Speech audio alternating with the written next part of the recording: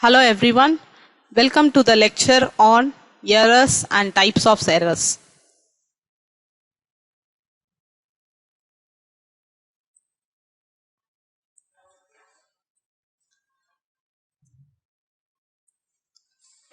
So what is an error?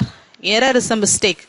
So we have been seeing about different instruments used in electrical measurement, and any instrument will have an error because it is man-made and it cannot be error free. So the errors can be caused due to several factors, and in today's class we would see what are the different errors and how it is caused. So first we will see about gross error, systematic error, random error. So under systematic error we have instrumental error, environmental error, observation error. And in instrumental error, instrumental error is caused due to loading effect, due to the misuse of instruments, and due to the shortcoming of various instruments. So first we will see about static error.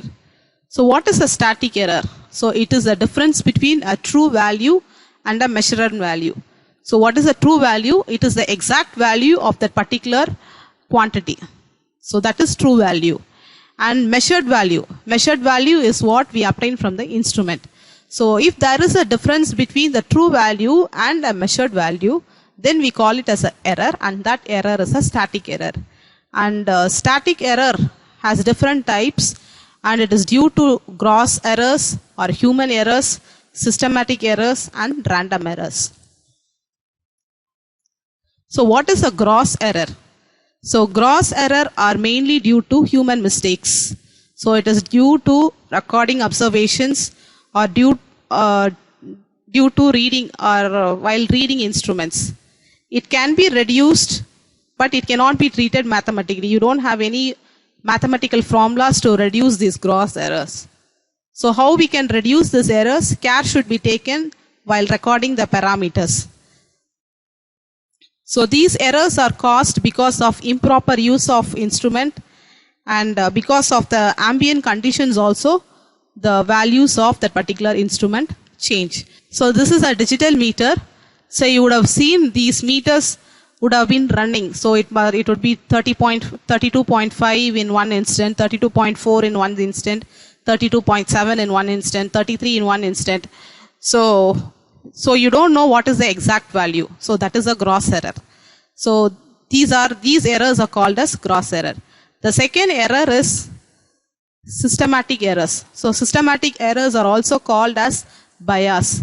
These systematic errors are because of defective instrument or worn out instrument, and these defective instruments are because of aging or because of different effects of temperature.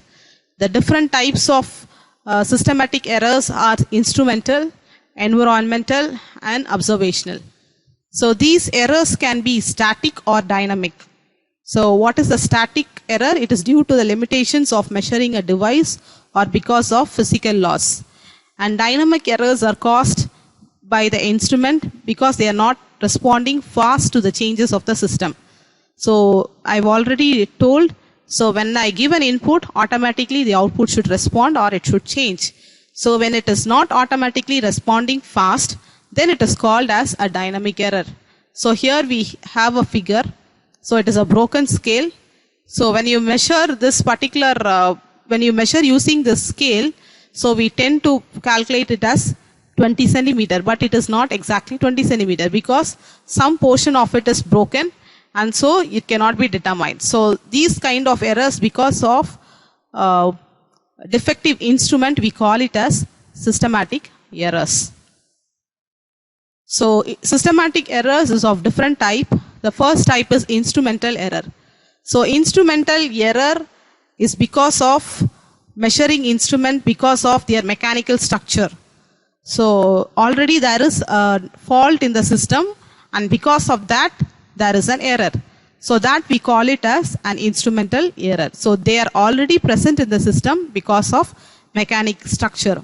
So for example, if you take a de-armorsonal instrument, so the instrument value might change because of overloading of the instrument or because of improper handling, or because of reduction in tension.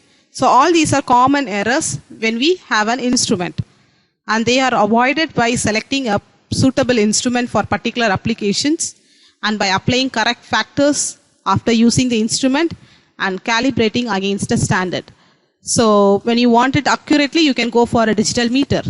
So when you don't want accurate, then you can go for a manual meter. So in that way, by properly selecting a suitable instrument, you can avoid errors. And similarly, by applying correct factors. So if the error is already there, for example, when you take a weighing machine, instead of showing 0, if it is showing 5 gram, then from the exact value, you can reduce the value of 5 so that you get the correct value. So by applying correct factors, you get the correct value.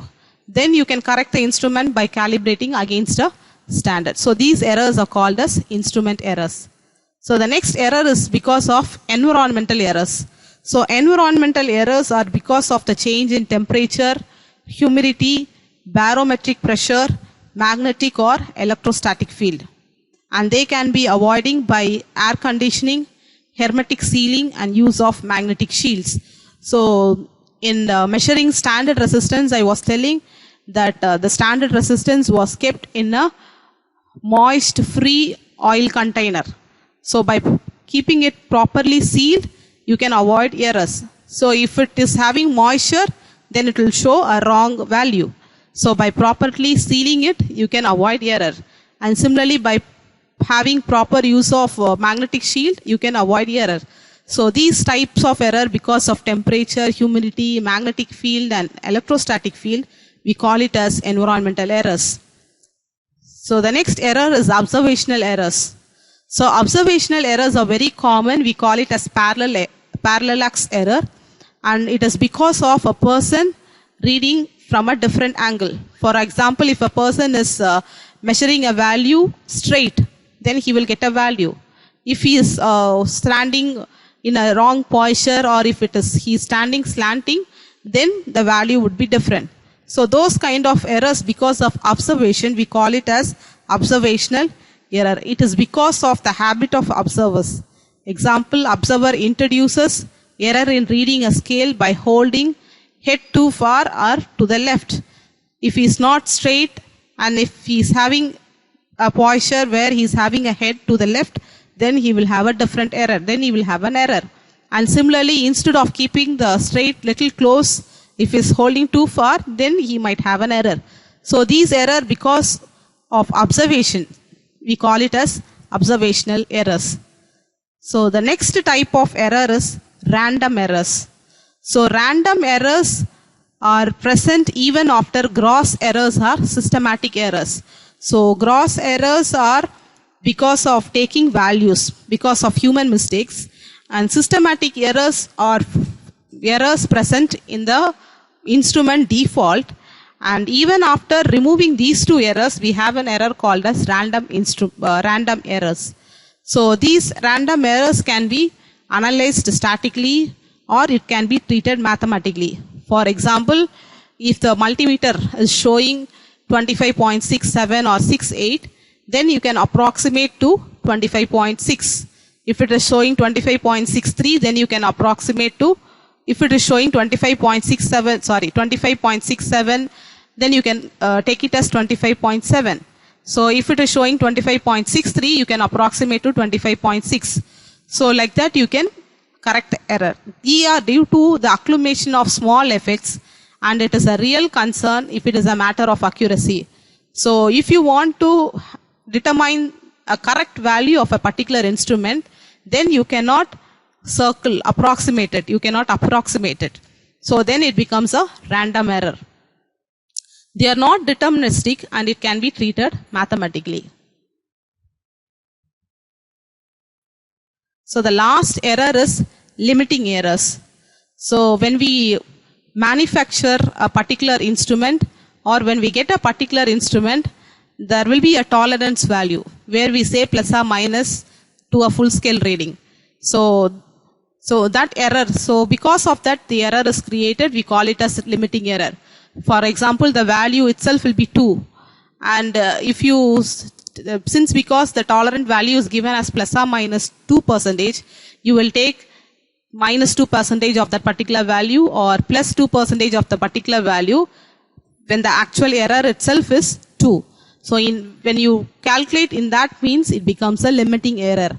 So though the reading guarantees certain percentage, if the reading is less than full scale, then limiting error occurs. So these are different types of errors. So the standard textbook from which the presentation is made is from the first textbook, A.K. Sahani. Thank you.